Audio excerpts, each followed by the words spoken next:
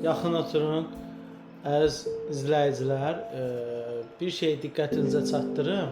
Bəzən sual verirlər ki, əsgərliyə gedənlərin kredit borcları silinirmi və yaxud dondurulurmu? Ümumiyyətlə, qanunvericilikdə belə bir şey yoxdur. Yəni, dondurulmur. Düşünürəm ki, bu istiqamətdə qanuna bir dəyişiklik olmalıdır. Çünki artıq bəzən 30 yaşına kimi ailəli şəxslər əsgəriyə gedir və kredit borcları var və o adam işləmir, bilirsiniz ki, onun övladına ailəli olduğu üçün uşaq pulu verilir, 140 manat həyat yoldaşı alır. Ümumiyyətlə, belə olan halda həmən şəxsin krediti varsa, yəni o dondurulmur.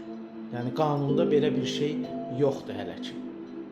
Düşünürəm ki, gələcək üçün bunu qanuna salarlar.